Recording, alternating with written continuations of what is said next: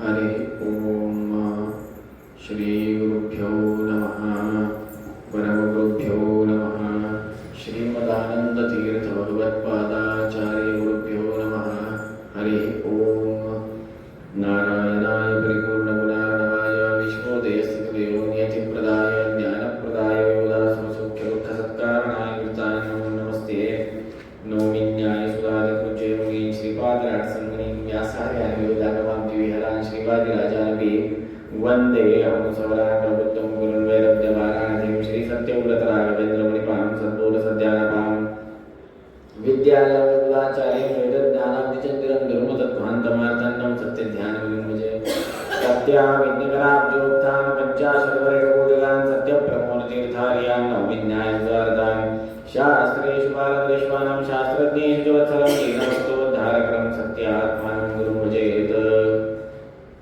विद्यापीठविदातारं विद्यावारिचन्द्रं विद्यार्थिवत्सलं वन्दे महासद्गुरुम् आपादमौलिपर्यन्तं गुरूणामाकृतिं स्मरेत् तेन विघ्नाः प्रणश्यन्ति सिद्ध्यन्ति च मनोरथाः शुभां ध्यायन्ति ये कामान् गुरुदेव प्रसादजानितरान् आत्मपाठोत्थान् तेषां विद्या भविष्यति श्री गुरुभ्यो नमः हरिः ओम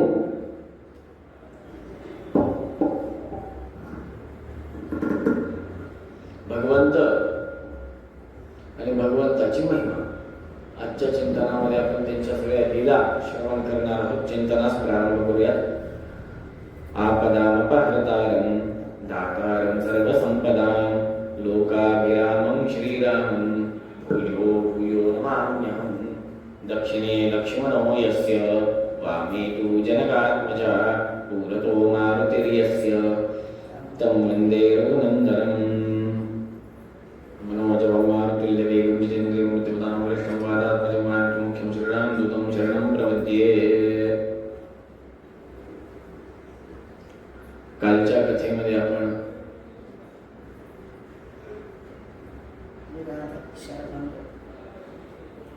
शूर्पणखेच्या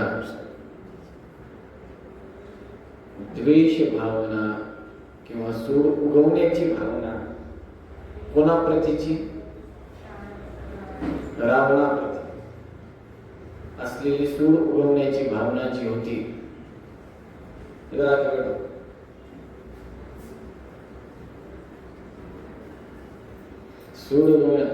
सूड उगवण्याची जी भावना आहे त्या भावने संदर्भात आपण चिंतन केलं जेव्हा शूर्पणखा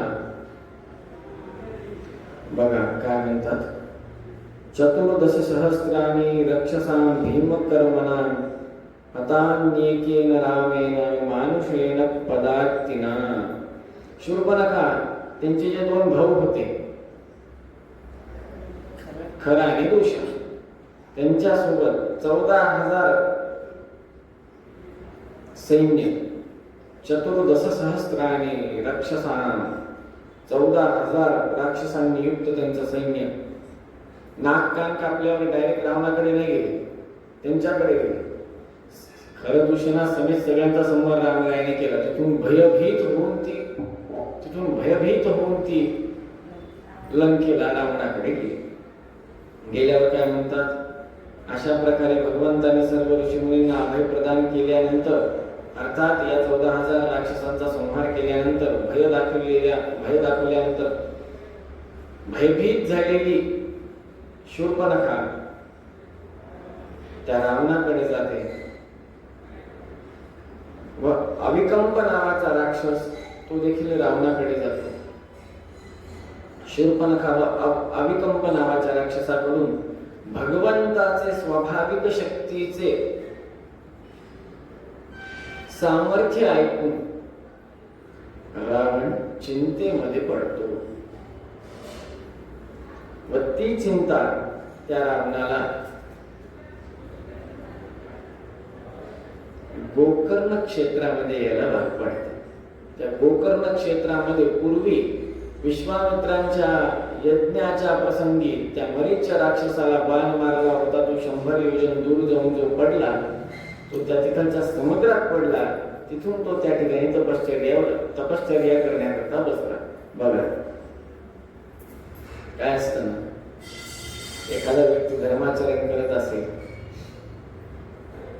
मुळातच अधर्मी असतो. बळजबरीनं कसं तरी बांधून हे ते तिथं आणून बसलं देवाच्या दारात.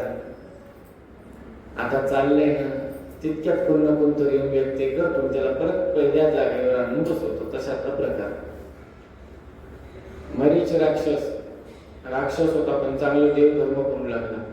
आता जाऊन बसले रावण. काय म्हणतात बघा, भगवंताचं स्वाभाविक बल पाहून रावणास चिंता झाली. म्हणून या रामाचं काहीतरी केलं पाहिजे बंदोबस्त बाबा, नाही तर आपली सत्ता डगमग होईल. या नियोजनानुसार समुद्र तीरावर असलेल्या गोकर्ण प्रदेशात रावण गेला. त्या ठिकाणी जाऊन तेथे भगवंताच्या बाणाला भयभीत होऊन तपश्चर्येस बसलेल्या राक्षसास त्या मरीच्यास पाहिले. रावणाने त्या मरीच्याला पहिल्यांदा प्रार्थना केली प्रेमाने की तू काही करून भगवंतास फसव. आणि भगवंताच्या बाणांचा प्रहारात बघ आता कसं आहे, तू काही करून भगवंतास फसव. एकदा मार खाल्ल्यावर कळतं ना हात कसा आहे.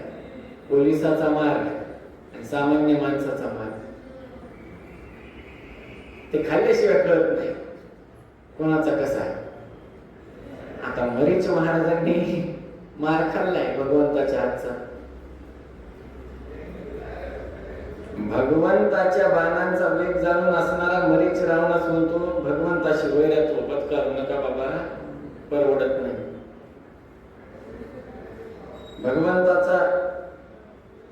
भगवंताच्या बाणांचा दोघांचा वेग मी जाणतो, त्याच्यामुळे तुम्ही भगवंताशी काही वैरत्व पत्करू नका.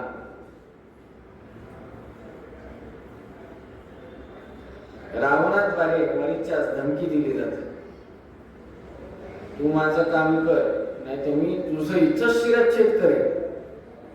रावण तलवार काढतो, खडग काढतो, त्या मरीच्याला म्हणतो तू मी जे म्हणतोय ते कर, नाही तर मी तुझं इथंच शिरच्छेद करेन. शेवटी मरीच म्हणतो या राक्षसाच्या हाताने मरण्यापेक्षा भगवंताच्या हाताने मेलेलं कधीच्या लई चांगलं. श्री गुरुभ्यो नमः. मरीच हा सुवर्णमय हरणाचं रूप धारण करतो. या संदर्भात वाल्मिकी रामायणामध्ये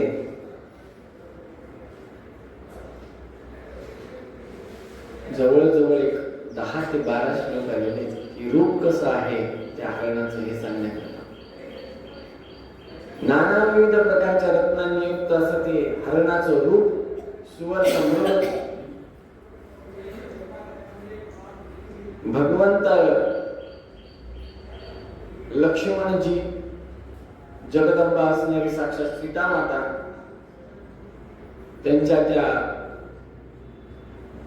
पर्णकुटीच्या परिसरामध्ये ते मरीच राक्षस हरणाचं रूप घेऊन संचार करतात. तेव्हा सीता माता म्हणते मला प्रभू हे हरिण पाहिजे. सगळ्यांना कथा माहिती आहे, हरिण आणण्यासाठी म्हणून भगवंत जातात इकडे अपहरण.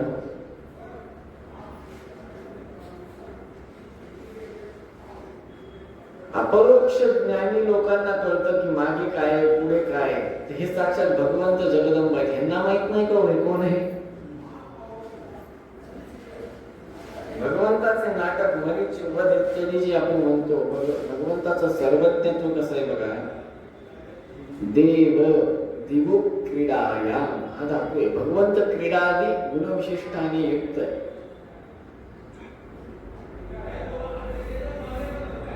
भगवंताच्या लीलेत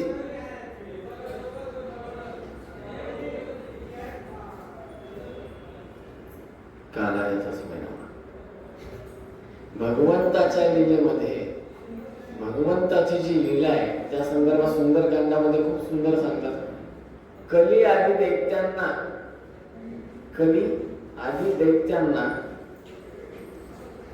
मोहित करण्यासाठी म्हणून भगवंत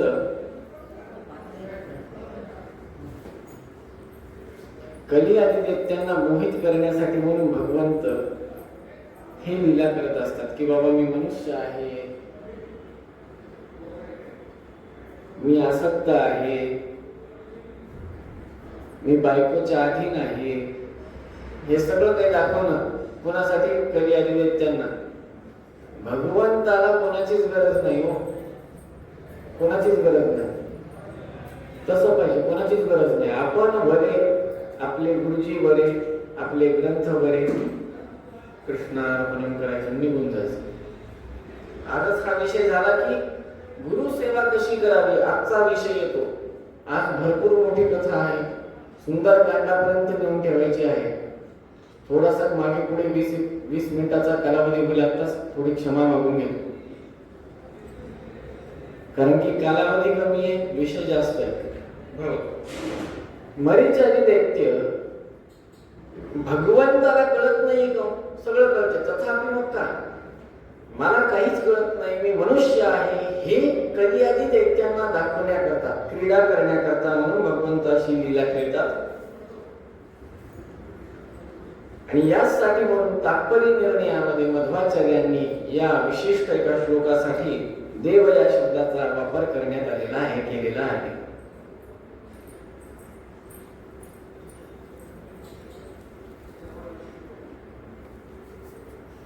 मरीच वध सगळ्यांना माहितीये. मरीचास बाण मारतात भगवंत, आणि मरीच काही त्याच ठिकाणी ते हरिण खेळत नाही. भगवंत म्हणतात प्रभू हरिण पाहिजे, ठीक आहे. हरणाचा एक स्वभाव आहे, जर का कधी कोणी शेतामध्ये काम केलं असेल किंवा शेतामध्ये फार काळ राहिला असेल, एकंदरीत शेतामध्ये हरिण येतात, मोर येतात, लांडोर येतात. त्यांचा स्वभाव काय असतो? असा आवाज झाला पळतात. चंचलता प्रचंड असते, स्थिरता नसते. साधं मोराच्या जवळ तुम्ही, जवळ म्हणजे काहीतरी 50 फुटावर जरी मोर असला, तुम्ही थोडासा आवाज केला तर मोर इतका चंचल असतो की जागेवर उडी मारतो, झेप घेतो आणि सरळ असा होतो. केवढी झेप घेत सांगता येत नाही. मोर उडताना फार कमी लोक बघू शकतात, फार कमी बघतात. तुरळक लोकांचाच नशीब असतं मोर उडताना बघणं. हरिण केवढी उंच उडी मारतील सांगताच येत नाही. बसच्या वरून देखील त्यांची उडी मारण्याची तयारी असते, एवढी त्यांची झेप असते. असं असताना या हरणाला तो मरीच राक्षस, त्याला स्वाभाविक ज्ञान आहे की बाबा भगवान रावणाचा हेतू जर का साधायचा असेल तर आपल्याला रामाला तिथून दूर नेलं पाहिजे. तिथून तो दूर घेऊन जातो भगवंताला. भगवंत बाण मारतात, तो मूळ स्वरूपात येतो. भगवंताच्या आवाजामध्ये लक्ष्मणा म्हणून हात मारतो. सगळ्यांना कथा माहिती आहे, त्याच्यामुळे मी या कथेमध्ये रमण्यात इंटरेस्टेड नाहीये. याच्यात रमण्यामध्ये काही पुरुषार्थ नाहीये. कथा श्रवण करावी पण त्याच्यात रमून जाऊ नये, त्याच्या मागचं तत्व महत्वाचं आहे.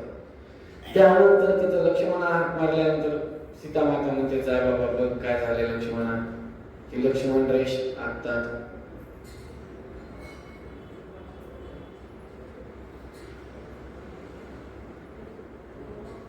सीता मातेला माहित नाही का तिथं जगदंबा आहे ना. याच्यासाठी थोडस जगदंबा कोण आहे, माया कोण आहे, साक्षात आदी माया कोण आहे, यासाठी आपल्याला भगवद्गीतेमध्ये जावं लागतं. बघा हे फार गंभीर आहे, नुसतं रामायण वाचून कळत नाही. आजच मी जरासं स्वामीजींचं गायत्री मंत्र संदर्भात ऐकत होतो उपन्यास. गायत्रीचा अर्थ पुरुष सूक्त आहे. गायत्रीचा अर्थ 24,000 श्लोकांनी युक्त असा वाल्मिकी रामायण आहे. गायत्रीचा अर्थ सांगितलाय एका श्लोकामध्ये वाल्मिकी रामायणाचा, असं स्वामीजी म्हणतात. का श्रवण करावं नरसिंह नवरात्रामध्ये मन्य सुक्तादी वेदार्थ श्रवण करावा. राम नवरात्रामध्ये रामायण श्रवण करावं. का करावं? हे ऋषीमुनींचे शब्द असतात म्हणून श्रवण करावं. आता बघा जगदंबा आहे ती जगदंबेच्या संदर्भात सांगतात देवी मेषां गुणमयी मम माया दुरत्यया मामेव वे प्रपद्यन्ते माया मे तां तरन्ति ते. भगवत भगवद्गीतेमध्ये म्हणतात की मीच माया आहे, माझ्यापासून माया आहे, माझीच माया आहे. त्याच्यासाठी बक्षो देवाचा प्रशवस्य महाविभूते वक्षस्थळामध्ये भगवती विराजमाने व्यंकटेशाची प्रतिमा बघितली तर वक्षस्थळामध्ये कोणी भगवती हे आपल्याला कळते. असं असताना सीता माता व भगवंत अनादि दोष रहित आहेत ही भावना देखील आपल्याला झाली पाहिजे, कळलं पाहिजे. भगवंत ज्या ज्या लीला करतो भगवंताला अनुसरून रमादेवी सुद्धा त्या लीला करते हे देखील आपल्याला कळलं पाहिजे.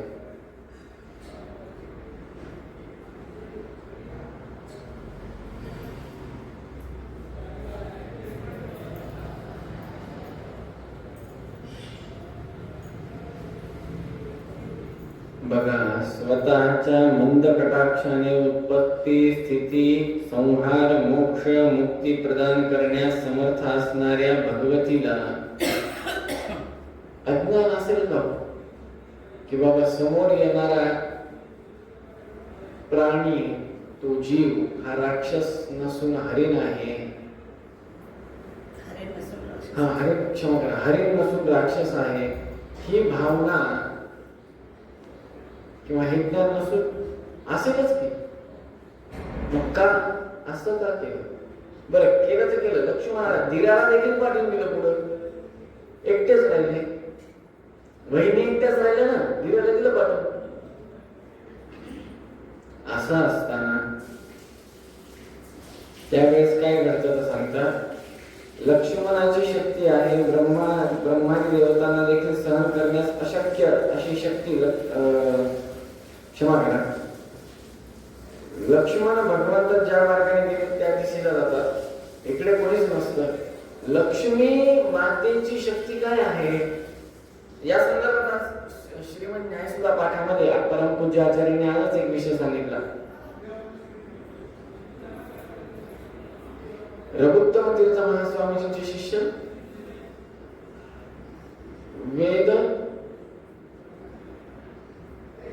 वेदेश तीर्थ, करेक्ट, पेनेगोंडा, बरोबर ना, गुरु परंपरा वेदेश तीर्थ प्राय रघुत्तम तीर्थ महास्वामीजींचे शिष्य व त्यांच्या शिष्याचे शिष्य म्हणजे श्रीमद 16वे पीठाधिपती आपले, क्षमा करा नाव आठवत नाहीये, त्यांच्या संदर्भात सांगताना म्हणतात की आमच्या गुरुजींची वेदेश तीर्थांची परिपूर्ण कृपा आमच्यावर आहे, म्हणून मी आज रामदेवांना स्पर्श करू शकतो. गुरु कृपा नसती तर मी जळून खाक झालो असतो. रामदेवांना स्पर्श केला तर मी काय झालो असतो, जळून गेलो असतो, जागेवर खाक झालो असतो.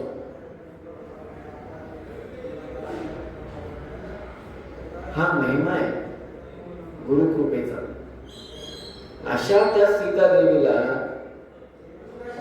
सीतादेवीने सीताकृती निर्माण करून सीतादेवीने स्वतःची सीताकृती निर्माण केली.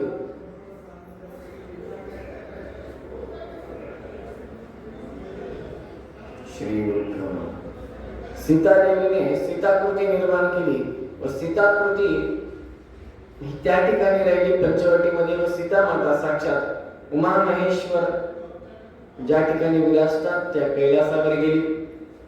त्या ठिकाणी उमा महेश्वरांनी त्या जगदंबेची पूजा केली असं या वाल्मिकी रामायणामध्ये आपल्याला आढळून येतं. आणि इकडे दशानन त्रिदंडी संन्यासी होऊन हरण करण्याकरता आहे. आरण्य पर्वामध्ये सुंदर वर्णने रावणस्तु यतिर्भूत्वा मुंडा कुंडी त्रिदंड भृत, त्रिदंडी संन्यासी होऊन आला, सीताकृतीचं हरण केलं. बघा, जगदंबेला स्पर्श करणं कोणाचाच अधिकार नाही, सामान्य गोष्ट नाही. पदोपदी शास्त्रार्थात शास्त्रांमध्ये शास्त्र ग्रंथांमध्ये याचं वर्णन आलेलं आहे.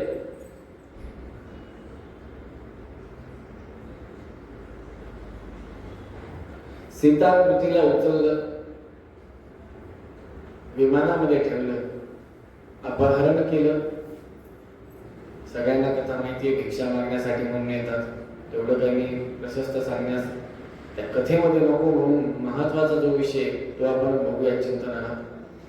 घेऊन जात असताना, अपहरण करत असताना बघा, त्या प्रतिकृतीची हालचाल होण्यासाठी म्हणून त्यामध्ये इंद्रदेवाने सीताकृतीमध्ये प्रवेश केलेला आहे. श्रीमदाचार्य या संदर्भात खूप सुंदर सांगतात. इंद्र प्रवेशानंतर तो रावण ती सीताकृती घेऊन जात असताना जटायू यांनी महाप्रयत्नाने सीताकृतीला वाचवण्याचा प्रयत्न केला, परंतु रावणाने त्यांचे पंख कापून टाकले व ती सीताकृती पुढे चालून त्या ह्याला अर्थात जटायूंना वरदान देतात. युद्धाच्या प्रसंगी सीताकृती आशीर्वाद देते जगदंबा स्वतः. जेव्हा जटायू पडले तेव्हा त्यांचा मृत्यू झाला नाही. त्यांचा मृत्यू का नाही झाला, तर सीताकृती सन्निधानात असलेल्या सीतादेवीने जटायूस वरदान दिले होते की भगवान रामदेवाचे दर्शन होईस्तोवर तुझ्या प्राण राहील. बलिष्ठ अशा रावणाला मारण्यासाठी तू प्रयत्न केलास, तथापि त्या रावणाने तुझा वध केला. रावण तुझ्यापेक्षा अधिक बलवान होता, तथापि तू मला वाचवण्याचा प्रयत्न केलास. भगवंताच्या अनुग्रहाने तुला विष्णू लोकाची प्राप्ती होईल असा आशीर्वाद कोणी दिलाय? असं वरदान सीताकृतीच्या अंतर्गत असलेल्या सीतादेवी. हे विमान किष्किंधा नगरीच्या वरतूनच जात होतं. सगळ्यांना माहिती आहे, कंकण इत्यादी सगळे खाली टाकत होते ती सीताकृती. हनुमंताने देखील ते विमान पाहिलं, सुग्रीवाने देखील ते विमान पाहिलं. पण हनुमंतरायाला सगळं ज्ञान असून देखील हनुमंतरायाने वाचवलं का? नाही. का नाही वाचवलं? या संदर्भात श्रीमदाचार्य मध्वाचार्य या ठिकाणी सांगतात. एकूण 4 कारण देतात. 4.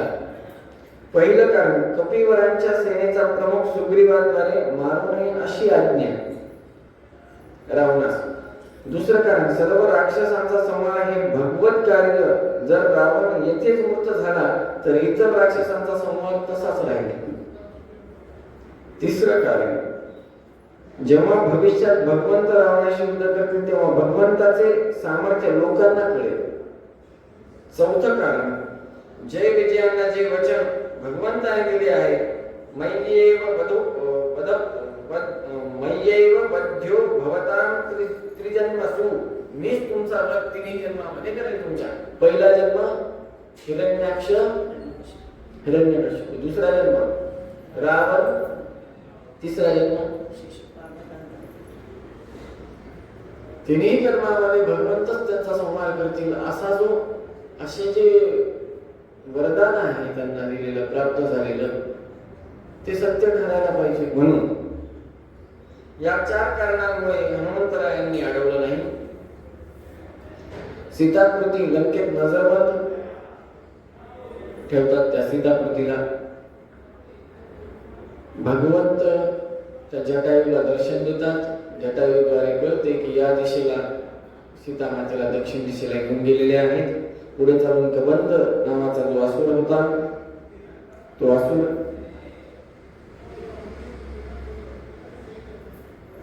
त्या असुराचा वध होतो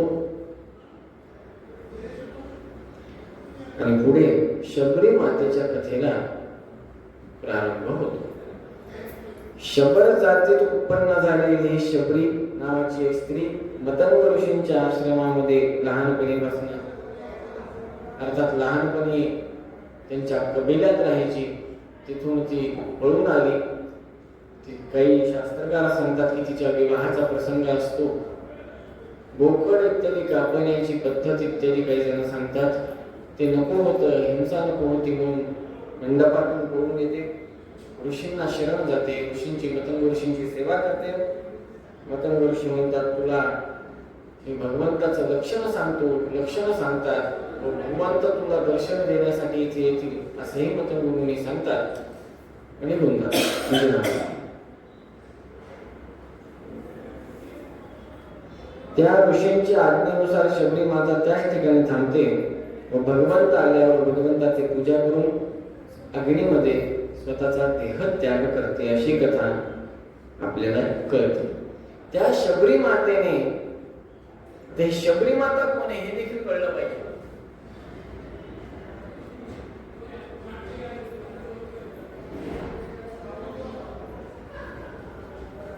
एक अप्सरा इंद्रदेवाच्या समोर अति उद्धटपणे वागत होती, तेव्हा शची मातेला सहन झालं नाही. त्या शची मातेने शाप दिला, तू शबर जातीमध्ये उत्पन्न हो. तीच पुढे जाऊन शबरी झाली व भगवंताच्या अनुग्रहाने पूर्वपदाला अर्थात अप्सरेच्या स्वरूपाला, मूळ स्वरूपाला प्राप्त झाली, भगवत अनुग्रहास प्राप्त झाली. कस्मिन् वहन उत्क्रांते उत्क्रांतो भविष्यामि कस्मिन् वा प्रतिष्ठिते प्रतिष्ठास्यामि. हे वेदवचन आहे.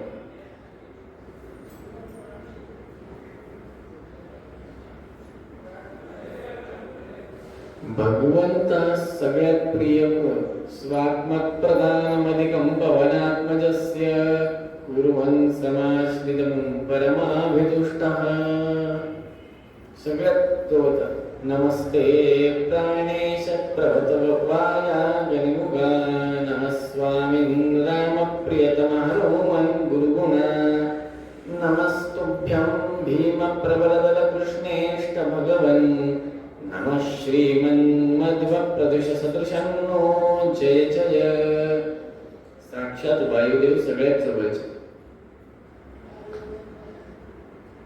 पंपा सरोवराच्या तिथे किष्किंधा नावाची नगरी आहे म्हणे, तिथे जावा भगवंता. सुग्रीव आहेत ते तुम्हाला सहाय्यक ठरतील शोध मोहिमेमध्ये. आता या संदर्भात अजून एक आहे, थोडासा विषयांतर करतो, पण हा जो विषय सांगतात ना की पंचवटीतून भगवंत पंपा सरोवराकडे जातात तेव्हा मार्गात तुळजापूरवरून जातात, असं सह्याद्री खंडामध्ये स्कंद पुराणामध्ये वर्णन येतं.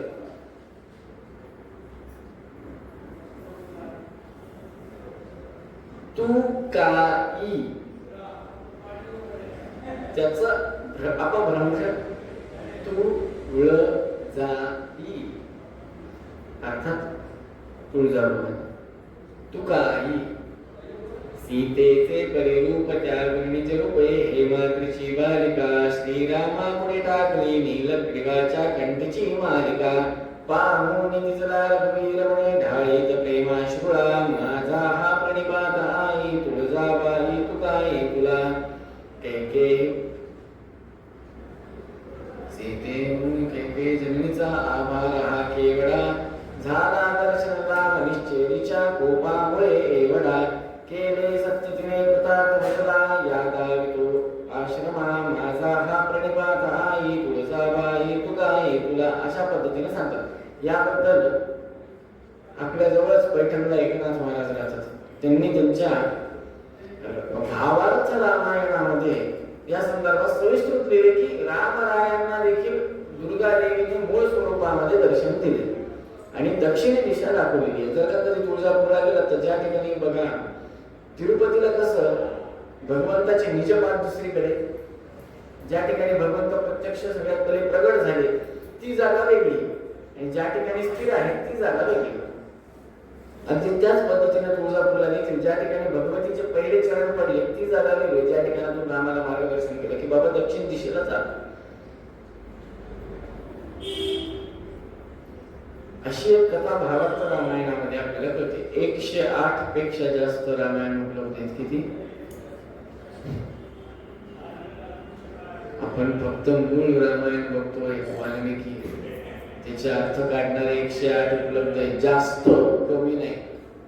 जर का खंगाळू काढले तर माझ्या मते 300 तरी निघायला पाहिजे. किती? 300. सुलभतेनं दुकानात मिळणारी संख्या सांगितली मी 109 ते 108. असं असताना त्या किष्किंधा नगरीच्या जवळ जेव्हा जातात तेव्हा तिथे झाडावर सैन्य बसलेलं असतं. बघतो.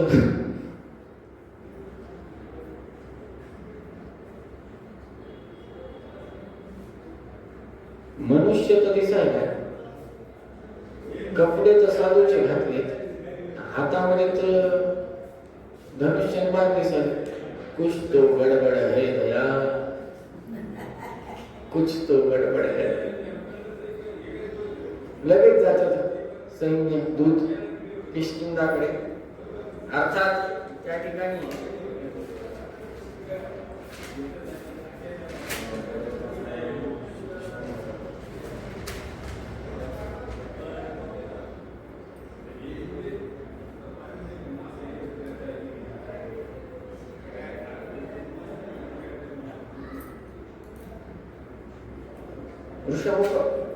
वृषमुख पर्वतावर ते वानर जातात. तिथे त्या गुफेमध्ये सुग्रीव असतात. त्यांना सांगतात, आम्ही अशा माणसाला बघितलं, असे 2 माणसं आम्ही बघितले ज्यांनी वेश तर साधूंचा घेतला पण हातामध्ये शस्त्र धारण केले. सुग्रीव म्हणतात, हे काही खरं नाही, हे वालीची पण माणसं असू शकते, सावध राहा. हनुमंतराय म्हणतात, थांब, पहिले मी जाऊन तपासणी करून येतो. हनुमंतराय येतात. भगवंत त्यांना जीवोत्तम म्हणलेले लोक, त्यांना सगळंच माहिती आहे. आणि एकमेव असे आहेत, असे उदार बनवारे प्रमेय नारायण प्रथमा परमात्मा संशांत संवर्गम जत्रेंद्राय. सगळ्या जीवांना उदरामध्ये ठेवल्यानंतर सगळे जीव सुषुप्ती मध्ये असताना देखील हे जागृत अवस्थेत असतात. त्यांना मागचं पुढचं आजचं सगळं ज्ञान असतं. अशी ती जीवोत्तम आहे. बघितल्या क्षणी साष्टांग दंडवत घालतात भगवंताला स्वतःच्या विराट खांद्यांवर बसून त्या वृषमुख पर्वतावर आणतात. आणि वृषमुख पर्वतावर आल्यावर सुग्रीवाची भेट करून देतात. सख्य त्यांच्यामध्ये करून देतात. सख्य झाल्यानंतर आता कसं असतं, साठा लोटा करावा लागतो. आम्ही तुमची सहाय्यता करू, तुम्ही आमची करा. युती केली. युतीमध्ये असं ठरलं की आम्ही तुम्हाला राज्य सरकार देऊ, तुम्ही आम्हाला केंद्र सरकार आणून द्या. राज्य सरकार म्हणजे किष्किंधाची गादी आम्ही तुम्हाला देऊ, तुम्ही केंद्र सरकार आणून द्या, म्हणजे सीता मातेला सोडून द्या. त्यानुसार ठरल्यानुसार आता तथापि भगवंत आहे हे जाणून, हे कळल्यानंतर देखील सुग्रीवाला विश्वास बसायला का?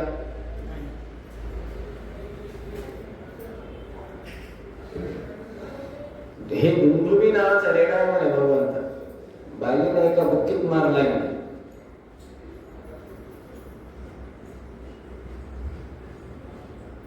त्याला तुम्ही दूर फेका. भगवंताने एका हाताने फेकून दिलं, एका लाथीनं. 1 लाथ मारली, 100 योजन दूर जाऊन पडला दुंदुबी रेडा.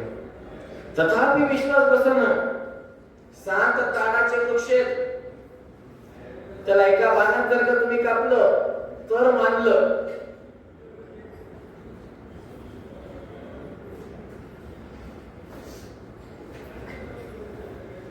भगवंतानं स्वतःचे अमोघ बाण काढले.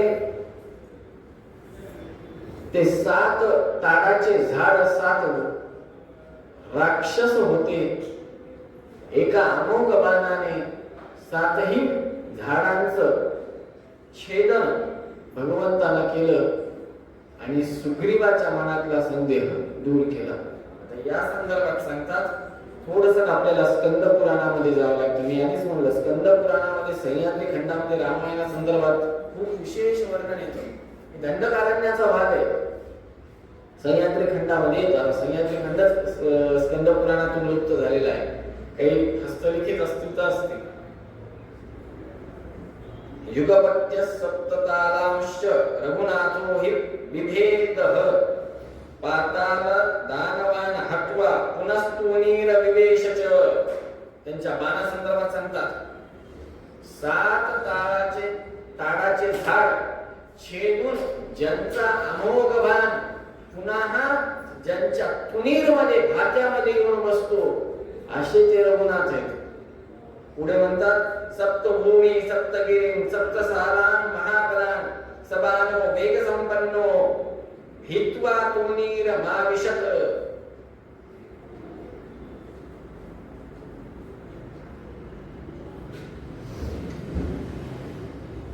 उमा संहितेमध्ये म्हणतात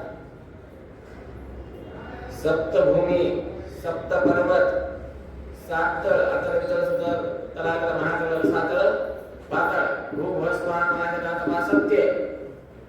कुठेही जावा, यांच्या तुनीर मधला बाण त्यांच्या धनुष्यातून एकदा सुटला, तुम्ही कुठेही जा, त्यांच्याच चरणी येऊन तुम्हाला थांबणे, दुसरा पर्याय नाही.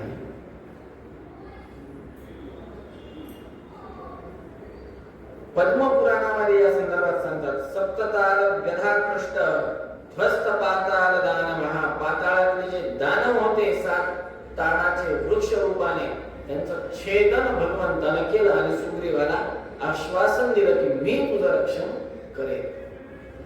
तारीख ठरली, वारीशी युद्ध करण्याचा प्रसंग ठरला. भगवंत म्हणला चिंता करू नको, मी आहे, वा पुढं. युद्धासाठी ललकारलं सुग्रीवाने, युद्ध प्रारंभ झालं, भगवंताला काही बाण मारला नाही आणि रक्तबंबाळ होऊन सुग्रीव वापस गुफेत आले. भगवंता तुम्ही असं का केलं? तुम्ही माझं रक्षण करायला पाहिजे होतं, का केलं नाही भगवंताने रक्षण? का केलं? श्रीमद आचार्य फार सुंदर सांगतात मध्वाचार्य, याच्यामध्ये नीती आहे. नीती काय आहे? 2 भावंडांचं भांडण जर का सुरू असेल तर तिसऱ्यानं मध्ये लुडबुड करू नये. आज 99% घर किती 99.99 घेऊ दे, एखादा टक्का राहिलं 99.99% घर असे आहेत महाराज ज्यांचे 7-12 सगळे रिकामे झालेले आहेत. फक्त वाटण्यान खातर घराच्या चौकटीचे तुकडे झालेत. त्याचं कारण असं की रामायण कथेचं बाळकडू लहानपणी वाजल्या गेलं नाही. 99.99% लेकरांमध्ये वाटण्या झाल्या, भावांमध्ये भांडणं झाले. म्हणून गुरुजी आमचे म्हणतात आचार्यजी, लहानपणी 5 ते 15 वर्षामध्ये घोटू ज्या पद्धतीने एखाद्या लेकराला सहाण्यावर जायफळ किंवा बदाम घोटू देतात चाटण करून, त्या पद्धतीनं रामायणाच्या कथा लहान लेकराला सांगाव्यात. भावांमध्ये भांडण होऊ नये, प्रेम राहावं, भरतासारखं स्नेह राहावं, लक्ष्मणासारखी सेवा राहावी. बघा या ठिकाणी ही श्रीमद आचार्य म्हणतात 2 भावांचं भांडण चालू असेल तर तिसऱ्याने त्या ठिकाणी नाक खुपसू नये. 2 भावांचे भांडण चालू असतील तर दोघांच्या बायकांनी शांत बसावं साईडला, त्याच्यामध्ये लुडबुड करू नये. का तर वेळे प्रसंगी ते दोघही एकत्र येऊ शकतात. वेळ तशीच जर का आली भगवंताच्या कृपेने एखादी आर्या पार, तर ते दोघं एकत्र येतील आणि तिसऱ्याचाच घेऊन होऊन जाईल.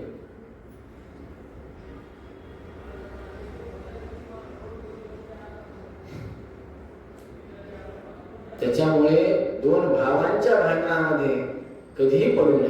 पहिला मुद्दा श्रीमदाचार्यांनी सांगितलेला, ही भगवंताची नीती सांगितली श्रीमदाचार्यांनी.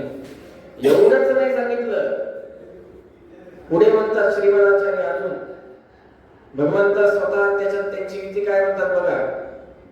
भावंडांच्या विषयी असणारा राग भावंड प्राया मृत्यूच्या समयी निघून जातो. जर का भावंडांमध्ये भांडण असतं, आता हे 90% नाही 100% लोकांमध्ये म्हणा की जिवंतपणे असताना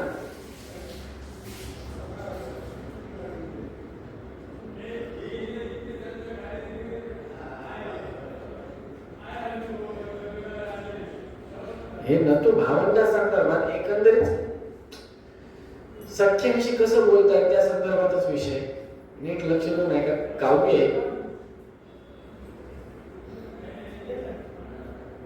जगती किंमत पैशालाची तैसी प्रेमाला नाही, दिव्य प्रेम हे स्वर्गीय प्रेम काव्याच्या शोभे देही. श्रीमंतांनी निंदा केली वागविलेना आदराने, तरी तयांचा केर झाडतील पदराने. पुढे म्हणतात कलियुगातली हालत काय सांगतो कवी. मुले मुली ही असता पैसा बाबा बाबा करतील, कवडी नसता दमडी नसता तौबा तौबा म्हणतील. जगती किंमत पैशालाची तैसी प्रेमाला नाही, दिव्य प्रेम हे स्वर्गीय प्रेम काव्याच्या शोभे देही. हेच या ठिकाणी विषय. आजकाल बघा रामायणामध्ये काय नाही जे आपल्या आयुष्यात घडलं नाही. इस्टेटीवरच भांडण चालू आहे ना सुग्रीवाचं. चुकलं सत्ता राज्य मला पाहिजे, इस्टेटच आहे ना, किष्किंधा नावाचं घर मला पाहिजे, तुला पाहिजे, तुला पाहिजे, मला पाहिजे. भगवंत काय म्हणतो की बाबा मृत्यूच्या समयी वैरत्व पत्करू नये. मनुष्य मेलाय, मरण्याच्या शय्येवर आहे, शेवटच्या श्वासात आहे, सोडून दे, क्षमा याचना. अशा अवस्थेत भावाचा नाश झाला तर दुसऱ्या भावाला त्रासदायक ठरतो. बघा सनातन वैदिक हिंदू धर्मामध्ये माणसाच्या मरणानंतर त्याचं शत्रुत्व त्याच ठिकाणी संपून जातं. आपल्या कुठल्याही ऐतिहासिक पुराणातल्या कथा पहा, कधीच पुढच्या पिढीला त्रास देण्यात नाही आला सज्जनांकडनं.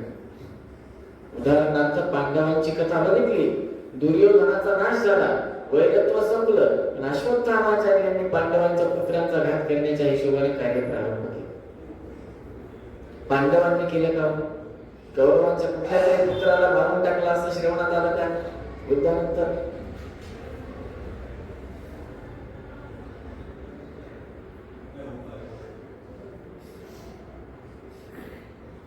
या कारणाने एकाकी भगवंताने वाली व सुग्रीव यांच्यात प्रथम युद्ध होऊन जाऊ दिले की बाबा चला आपसात युद्ध करतील, दुरावा मिटून जाईल, डोकं शांत होईल. आपण म्हणतो ना एकदाच काय ते बाबा रडून घे, भांडून घे.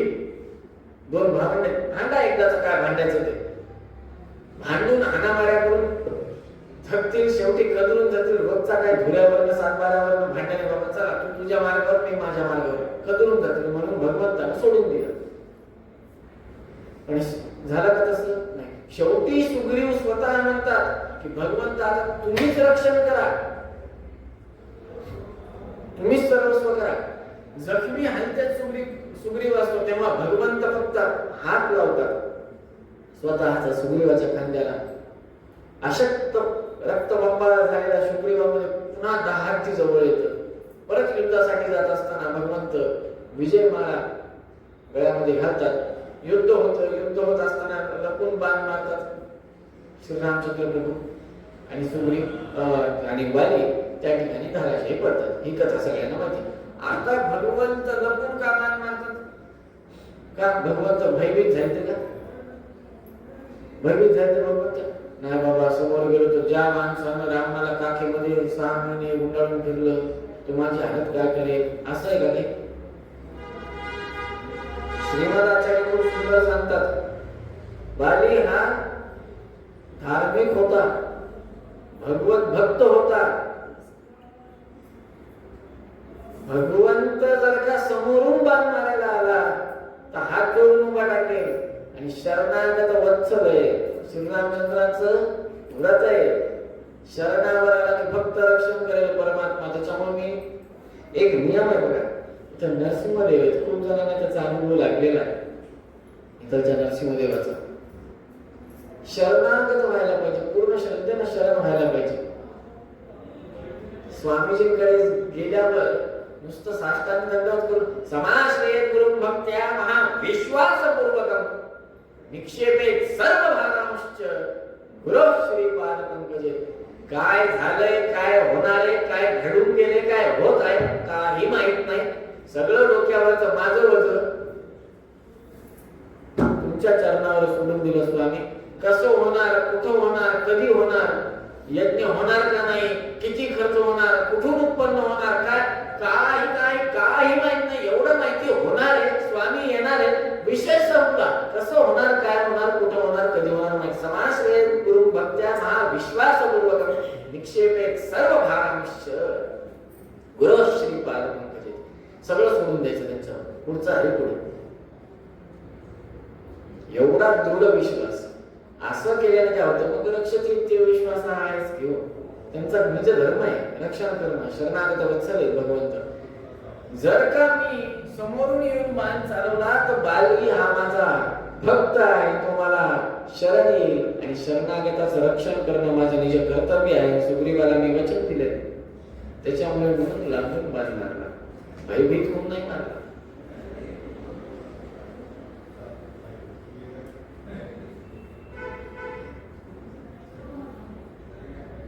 वालीला अजून एक अनुग्रह प्राप्त होते. वाली ज्याला कोणाला बघेल, वालीच्या समोर जो कोणी येईल त्याची शक्ती वालीला प्राप्त होईल, असा वालीस रुद्रदेवाचं वरदान प्राप्त होत. आता कसं असतं बघा, एक बॅटरी असते, त्याची कॅपॅसिटी 1000चीच असते, टाकीची 1000 लिटर 100 लिटर. भगवंत अनंत सागराने युक्त आहे किंवा अनंत लिटरने युक्त आहे असं आपण बघू. त्यांची कॅपॅसिटी भगवंताची अनंत. भगवंत वालीच्या समोर आला तर राहील का? ओव्हरलोड होऊन ब्लास्ट होऊन जाईल, टाकी फुटून जाईल. त्याच्यामुळे देखील भगवंत आग नाही असं आपण म्हणू.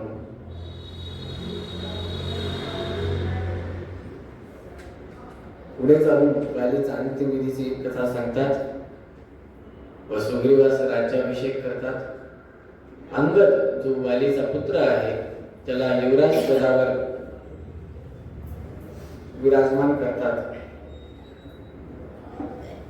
आणि पुढे चालून सुग्रीव महाराज मात्र राज्य सुखामध्ये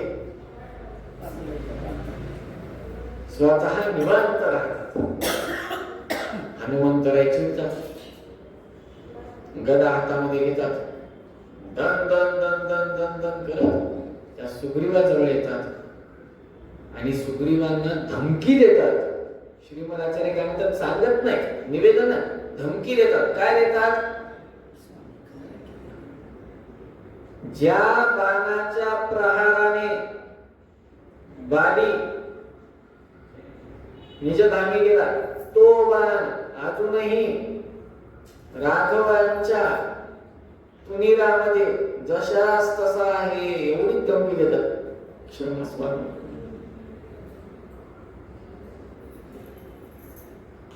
लगेच अर्थात राघवांना, अर्थात रामचंद्र प्रभू, लक्ष्मणजी, हनुमंतराय, केसरी, सुग्रीव सगळे मंत्रिमंडळातले लोक भगवंतासमोर येतात आणि सीतेच्या शोध मोहिमाची व्यूहरचना आखल्या जाते.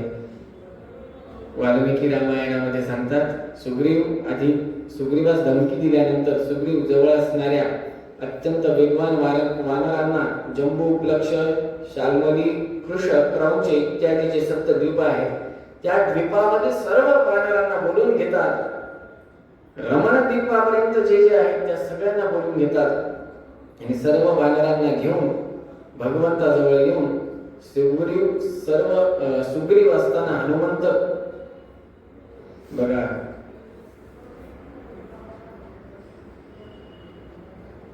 भगवंताचं तेजस एवढं आहे, प्रतापच एवढा आहे की तो अपौरुष आहे. भगवंताच्या भक्ताचा प्रताप एवढा आहे फक्त वाणीचा, हनुमंताचा तर भगवंताचा काय असेल. सर्व द्वीपांवर जे काही नद्या आहेत, पर्वत आहेत, जंगल आहे, झाडं आहेत, त्या प्रत्येक जंगलात, डोंगरात, दऱ्याखोऱ्यात, नदीच्या जवळ, तलावाच्या जवळ, झाडांवर राहणाऱ्या प्रत्येक वानरांना बोलून घेतलं आणि सुग्रीव भगवंताच्या चरणी नतमस्तक होतात. हनुमंताच्या मृदुवचनाने सुग्रीव भयरहित होतो व नंतर शोध मोहीम चालू होते. हनुमंतरायाचं जीवोत्तमत्व या ठिकाणी सांगण्यास प्रारंभ करतात.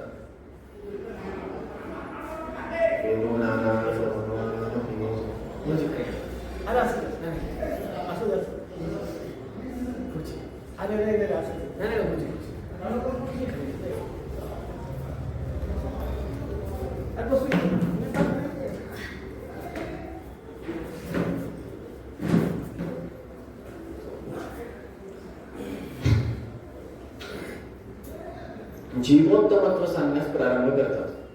सगळ्यांना कथा माहिती, अंगठी काढून देतात, कुठल्या कुठल्या दिशेला कोण कोण जातात हे सांगतात.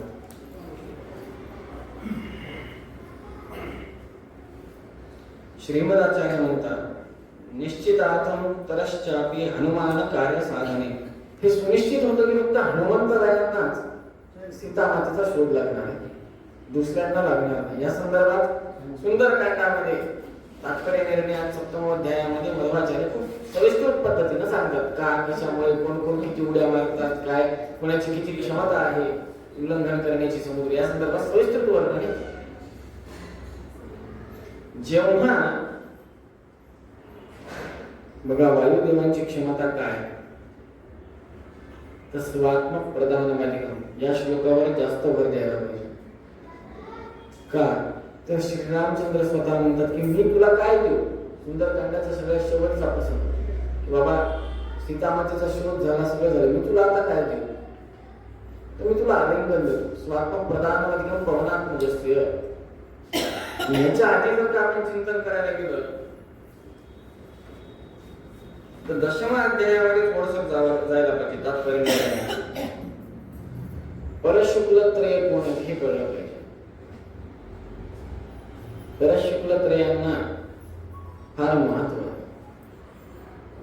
श्रीमद न्यायसुधेमध्ये लय प्रकरणामध्ये मोक्ष सांगतात की कशी सृष्टीचा लय होतो. स्वोत्तमांमध्ये जीव विलीन होत जातात.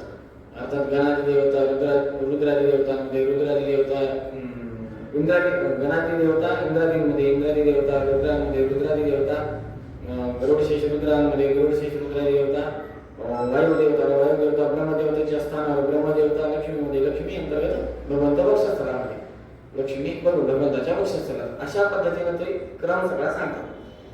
आणि या संदर्भात सांगत असताना पुन्हा तात्पर्य निर्णयाच्या प्रथमाध्यायाच्या 2ऱ्या श्लोकामध्ये आसी उदार गुणवार्धिर प्रमेयो नारायण प्रथमः परमात्मैका संशांत संवदनम जठरे निधाय. उदराचे 3 भाग करतात भगवंत प्रलय काळामध्ये. उत्तम जीवांना वरती, मध्यमांनामध्ये, अधमांना खाली.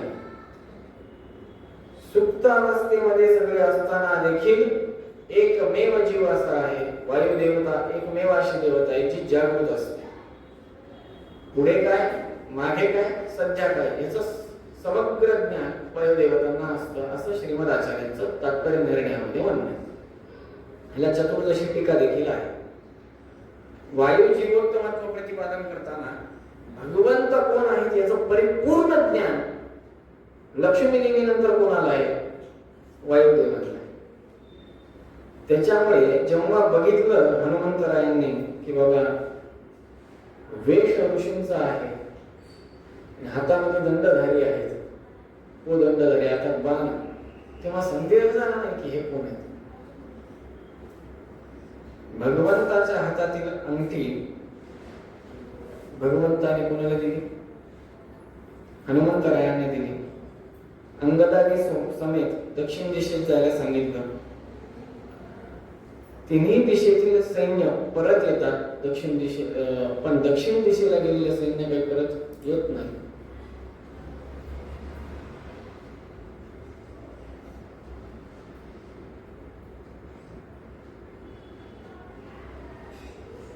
बघा मय नामक दैत्य एक जो होता त्याने निर्माण केलेलं एक बिळ होतं. त्या बिळामध्ये हे सगळे जण जाऊन बसतात आणि तिथं गेल्यावर जे घडतं ना ते फार महत्वाचं आहे.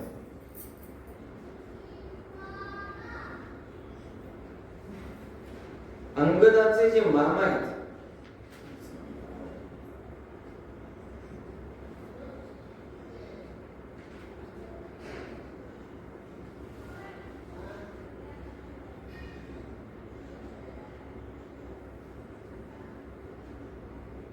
तार,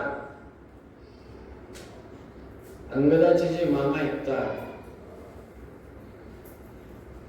ते तार म्हणतात आणि अंगद म्हणतात की आता आम्ही काही वापस किष्किंधात जाणार नाही. घटिका संपली, 1 महिन्याची मुदत दिली ती सगळ्यांनी शोधण्याची, काही हाती लागलं नाही. आता आम्ही काही जाणार नाही, गेलं तर सोडणार नाही, मारून टाकू. तर हा मामा म्हणतो चिंता करू नको, आपल्याला एक बिळ मिळाले चांगलं, इथं तुझा पट्टाभिषेक करून तुला आम्ही राजा करू आणि तुझ्या आधिपत्याखाली आम्ही कारभार चालवतो. हनुमंतराला लगेच गरम होतात आणि म्हणतात, बरं ह्याच्यावर नुसतं एवढेच होकार देत नाहीत, जागुवंत देखील होई म्हणत नाहीत, नाही म्हणत नाहीत. मुख समर्थन होई म्हणत नाही म्हणत, मुख समर्थन प्रगट करतात. खरं काय ते सांगणं. हनुमंतराय अंगदादी समस्त वानर सेनेला बजावतात, धमकी देतात. बजावणं म्हणण्यापेक्षा सरळ सरळ धमकी देतात. तात्पर्य निर्णय स्पष्ट शब्द, तुम्ही मुकाट्याने आलात तर ठीक, मी जर का तुम्हाला नेलं तुम्हाला घेऊन जाईल, पण तुम्ही कार्य करण्याच्या परिस्थितीत राहणार नाही. यासाठी थोडस हनुमंताचं सामर्थ्य काय हे जाणून घ्यायचं असेल तर आपण थोडस भविष्योत्तर पुराणाकडे जाऊ. व्यंकटेश महात्म्यामध्ये शेषदेवाला फार गर्व झाला होता. व्यंकटाचल पर्वताला वेटाळून बसले. हनुमंतरायाने त्या शेषासमेत व्यंकटाचल पर्वताला गुंडाळलं आणि उड्डाण केलं. तेव्हा सुमेरू पर्वत त्या ठिकाणी येतात, क्षमा याचना करतात. ही सगळ्यांना कथा माहिती आहे व्यंकटाचल महात्म्याची. हनुमंतरायांचं सामर्थ्य अनेक कथांमध्ये, अनेक स्तोत्रांमध्ये पदोपदी आपल्याला श्रवणास पडतं. भूतवा बिडाला समितो निशिताम पुरींच, ते छोटे देखील होतात, ते विराट देखील होतात. असं असताना हनुमंतरायांनी बजावलं, स्वनामोच्चारणम न कर्तव्यम, हा धर्मशास्त्राचा नियम आहे. तुमचे नाव काय असे विचारू नये. ज्येष्ठांचं या संदर्भात सांगतात की ज्येष्ठांचं नाव उच्चारण करू नये. पिता स्वरूप असो, गुरुस्थानी असो, परमगुरुस्थानी असो, गुरुजींचं नाव घ्यायचं नाही हा नियम. स्वतःचा पित्याचं देखील नाव घेऊ नये. पितृचरण म्हणून संबोधन द्यावं. आमच्या पिताश्रींनी सांगितलं. स्वतःचं नाव घेताना बघा, संगीतकार नेहमी कानाला खडा, कानाला हात लावतात आणि नंतर गुरुजींचं नाव घेतात. ते आकार झाला, परंतु एकंदरीत नाव उच्चारण करू नये. आडनावाने किंवा दुसऱ्या नावाने, आचार्य म्हणा, गुरुजी म्हणा, विद्वान म्हणा, वेदमूर्ती म्हणा, शास्त्री म्हणा, अनेक संबोधन आहेत, त्याच्याने तुम्ही वर्णन करा. हे कोण्या एका संप्रदायाला धरून नाहीये हा विषय. धर्मशास्त्र कोण्या एका संप्रदायासाठी नियुक्त केलेला नसतो. धर्मशास्त्र एक धर्म आहे.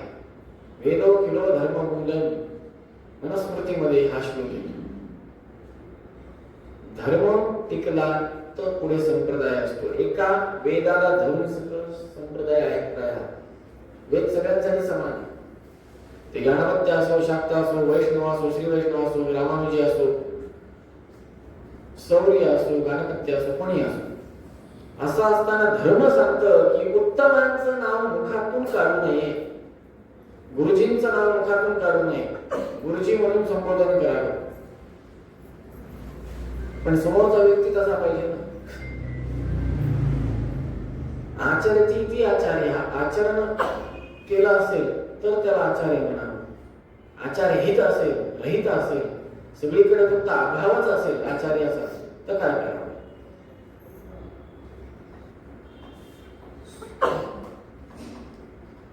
बघा, आता त्यांच्या समोर इकडे खोलदरी आणि इकडे विहीर अशी प्रसंग. पुढे गेलं तरी मरण, मागे गेलं तरी मरण, नाही गेलं तरी मरण, माघारी गेलं तरी मरण, अशी परिस्थिती हनुमंतरायांनी त्या ठिकाणी प्रगट केली. माघारी गेलं तर सुग्रीव मारून टाकलं, पुढे नाही गेलं, इथंच थांबलं तर हनुमंतराय काय सोडणार नाही. शेवटी जे व्हायचं ते होऊन जाऊ द्या, भगवंताच्या सेवेमध्ये तरी रत राहतात, असं हनुमंतरायाने जेव्हा त्यांना समजावून सांगितलं, तेव्हा सर्वजण दक्षिण दिशेला अजून समुद्राच्या टोकापर्यंत जेव्हा जातात तेव्हा त्या ठिकाणी संपाती त्याची कथा या ठिकाणी सुरू होते. समुद्र दिसतो, उपोषणाला बसतात. आता आपल्याकडे पण पद्धत आहे, काही गोष्ट करून घ्यायची असेल तर महानगरपालिकेच्या समोर बसतात. तसं उपोषण नाहीये ना. निर्जला किती दिवस लागेल माहित नाही. काय करायचं, नुसतं नाही बसायचं उपोषणाला. एकादशी नुसती नाही करायला सांगितली, निर्जला राहिलं म्हणून झोपले नुसते पसरून. ज्या दिवशी निर्जला आहे त्या दिवशी कष्टाचे काम करू नका, पण जप करा, नामसंकीर्तन करा. नामस्मरण रूपी जल आणि चिंतन रूपी भोजन हे दोन गोष्टी सांगितलेल्या आहेत. याच्यातलं एकही होत नाही. आता खरं तर 2 महिन्यात करायला पाहिजे निर्जला, म्हणजे मोक्ष लवकर घडतो. असं असताना भगवंताचं नामसंकीर्तन करणं किती महत्वाचं आहे या कथेतून कळतं. आपण माघारी जाऊ नये आणि गेलो तर काय सांगणार म्हणून सर्वजण हे ठरवतात की याच ठिकाणी निर्जला राहून प्राण त्यागायचा. नुसतं कशाला बसायचं म्हणून भगवंताच्या चिंतनांमध्ये रत राहूयात म्हणून आतापर्यंत घडलेली सगळी कथा आपसात सांगायला चालू करतात. संपाती त्या ठिकाणी हे सगळं श्रवण करत असतो. बघा, सूर्याच्या किरणांनी त्या संपातीचे पंख जळालेले होते. ते पंख परत त्याला प्राप्त झाले फक्त श्रवणाने. कथा श्लोकम वा श्लोकपादम वा नित्यो वा भवतो पठे शृणोति यो भक्त्या गो सहस्रफलम लभेत. शास्त्रकार म्हणतात श्लोक नाही, त्याचा अर्धली नाही, एक अक्षर जरी करत जर का श्रवण झालं तर गो सहस्रफलम लभेत. संपातींनी पूर्ण रामकथा आतापर्यंत घडलेली घटित झालेली श्रवण केली, पंख प्राप्त झाले. त्या ठिकाणी आले, विचारलं माझ्या जटायू भावाचं काय झालं, सांगितलं. रावणाने कशा पद्धतीनं पंख कापले. भगवतीच्या कृपेनं भगवतीनं वरदान दिलं होतं जटायूंना की तुला मरण तोपर्यंत येणार नाही जोपर्यंत भगवंताचं दर्शन होणार नाही. भगवंताचं दर्शन होईल, तुला निज नाम प्राप्ती होईल, विष्णू लोकाची प्राप्ती होईल. असं वाल्मिकी पुराणामध्ये, वाल्मिकी रामायणामध्ये, अध्यात्म रामायणामध्ये, स्कंद पुराणामध्ये, सह्याद्री खंडामध्ये अनेक ठिकाणी याचं वर्णन आपल्याला आढळून येतं. असं असताना त्या संपातीला एक दिव्य दृष्टी प्राप्त होती. सगळ्यांना माहिती आहे की दूरपर्यंत बघण्याची जी क्षमता आहे ती जटायू पक्षींमध्ये असते. दूरपर्यंत बघतात. ती झुमिंग झुमाऊटची क्षमता आपल्याला दिली नाही, त्यांना दिली. बघून सांगतात की तू 100 योजन दूर लंकेमध्ये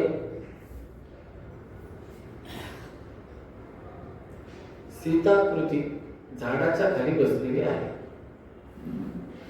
आता जाणार कसं, कोण जाणार या संदर्भात चर्चा चालू करतात. जांबुवंत म्हणतात की मी माझं जे सामर्थ्य आहे ते 90 योजनापर्यंत जाण्याचं आहे. प्रत्येकानं आपापलं सामर्थ्य सांगायला चालू करा असं म्हटल्यानंतर सांगायला प्रारंभ करतात. नीलमंद, द्विविधा, तार इत्यादी सर्वांनी जास्तीत जास्त 80 योजन आम्ही जाऊ शकतो असं सांगायला प्रारंभ करतात. सगळ्या शेवटी जांबुवंत म्हणतात की मी 90 योजन जाऊ शकतो, 90 योजन जाऊ शकतो. कारण की जेव्हा वामन अवतार झाला होता तेव्हा मी समग्र ब्रह्मांडामध्ये त्रैलोक्यामध्ये जोरजोरात वामन भगवंताचा जयघोष करत नाचत प्रदक्षिणा करत होतो. तेव्हा मेरू पर्वताचा एक कोपरा माझ्या गुडघ्याला बसला. तेव्हापासून मला गुडघ्याची वेदना सुरू झाली. म्हणजे ती जर का कोणाला गुडघ्याची वेदना होत असेल तर हे समजून घ्या, ती आत्ताची नाही, तेव्हापासून आहे दुखणं. परंतु एकंदरीत मी 90 योजनात जाऊ शकतो. शेवटी आता उरलं एकच आपल्याकडे उपाय,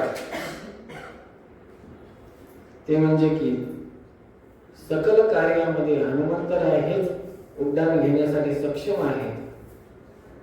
हनुमंताला भगवंताचे कार्य करण्याची इच्छा आहे. ते निजदूत आहेत. अंगदाद्वारे लंकेत जाण्याचा विश्वास, परंतु परत न येण्याचा विश्वास होता अंगदाला. मी जाऊ शकतो, मी 100 योजन उडी मारेन, पण परत येण्याचं माझ्यामध्ये धैर्य नाही. ते काय कामाचं? मी शत्रू. आता हे कसं झालं? अभिमन्यू सारखं झालं. मी आतमध्ये जातो, बाहेर कसं यायचं माहित नाही बाबा. रामायणामध्ये आणि महाभारतामध्ये हाच फरक आहे. इथं पूर्ण प्लॅनिंग करून गेले. जायचंय, नाश करायचंय, पण स्वतः नाश होऊन नाही यायचं. जायचं, शत्रूचा नाश करायचा, मग वापस यायचं. अभिमन्यूचं तसं होतं काय? सगळेजण 5 पांडव, त्याच्यातले 2 जण म्हणतात, अभिमन्यू तुम्ही व्हा पुढं, आम्ही तुम्हाला प्रोटेक्शन द्यायला येतो, बरोबर तुम्हाला बाहेर काढतो. पण जयद्रथ मध्ये येतात, आतमध्ये कोणाला प्रवेश करताच येत नाही आणि घातपात होतो. त्याच्यामुळे रामायण काळात हे श्रीमदाचार्य खूप सुंदर सांगतात महाभारताच्या एका प्रसंगामध्ये की धर्मराज युधिष्ठिर म्हणतात की आपण सगळं काही देऊन टाकू कौरवांना. जीवकर्तृत्ववाद नावाचा प्रसंग आहे, पूर्ण अख्खा अध्यायच त्याचा आहे. तर एका ठिकाणी म्हणतात जर का महाभारत रामायणाच्या काळात घडलं असतं तर काय झालं असतं? पांचालीनं अर्थात द्रौपदी मातेनं आणि भीमसेनांनी जर का ज्ञान दिलंच नसतं, सांगितलंच नसतं की बाबा स्वतःसाठी झटा, धर्मासाठी झटा, तर सगळं तर्पण तर केलंच होतं. सगळं सोडून दिलं, आशा सोडून दिली धर्मराजानं की मी सगळं काही वापस जिंकून घेऊ शकतो, ही आशाच ठेवली नाही. कशाला भांडण इत्यादी करायचं? आपले सगळे स्वकीय आहेत, देऊन टाका. आपल्यालाच चाललंय, आपल्याच घरात चाललंय. धर्म अधर्म सगळं क्षणासाठी विसरून गेले स्वतः धर्मराज. त्यामुळे या ठिकाणी सांगतात श्रीमदाचार्य,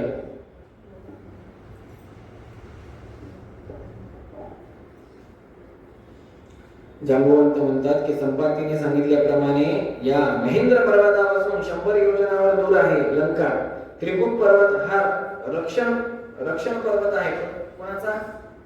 लंकेत त्रिकूट पर्वत आहे, तो त्यांचा संरक्षण पर्वत आहे. तिथून सगळीकडे सगळ्या लंकेवर नजर ठेवल्या जाते. लंकेत जाताना काही विघ्न येतील, बरं सरळ नाही. रेल्वेचं तिकीट काढलं, राजधानी एक्सप्रेस सरळ गेली, वापस आले. जाताना अडथळे येणार, येताना अडथळे येणार. या सगळ्यांवर मात करून त्या ठिकाणी जाऊन शत्रूचा भेद काढून वापस येणारा व्यक्ती आपल्यामध्ये एकमेव आहे. कोण आहे? मनोजवं मारुततुल्य वेगं जितेंद्रियं बुद्धिमतां वरिष्ठं वातात्मजं वानरयूथमुख्यं श्रीरामदूतं शरणं प्रपद्ये. उदकवंशी ऋषींनी सगळं सांगून टाकायचं, काय नाही सांगितलं. वेगवान, जितेंद्रिय, बघा ज्यांचा इंद्रियांवर निग्रह असतो त्यांच्या अधीन शक्ती असते. जे इंद्रियाच्या अधीन असतात त्यांच्या अधीन कोणीच नसतं. बुद्धिमतां वरिष्ठं वातात्मजं वानरयूथं वातात्मजं वानर रामदूत मुख्यम. काय वानरदूत मुख्यम? श्रीरामदूतं शरणं प्रपद्ये. त्याच्यामुळे आपल्याकडे काय पद्धत आहे? आम्ही तुमच्या दासांचेही दास आहात. दासोहम तव दासोहम, ही पद्धत आहे म्हणण्याची.